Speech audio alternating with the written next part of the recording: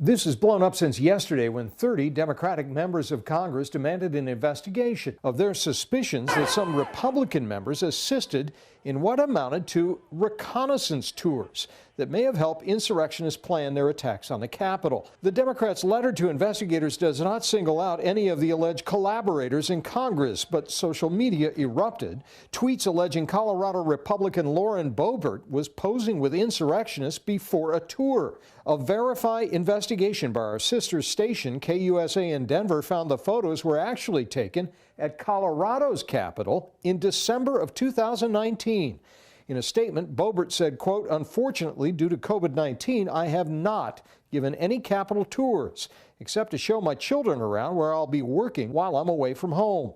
If Boebert was not conducting tours, the members demanding an investigation want to know who was, especially since the Capitol has been closed to all tours because of the pandemic. Virginia Representative Abigail Spanberger appeared on CBS this morning. On the day before the insurrectionist attack, there were people in the building where I work. I noticed them when I was coming back from the Capitol, just people milling about in the halls. I have been told that they entered with members of Congress. New Jersey Representative Mikey Sherrill called the tours a reconnaissance for the next day and said members who hosted them abetted the attack. The concerned Democrats have demanded the Capitol Police investigate both visitor logs and security camera footage to see if any of the visitors they see can be linked to the attacks, and if so, who let them in on tours and why.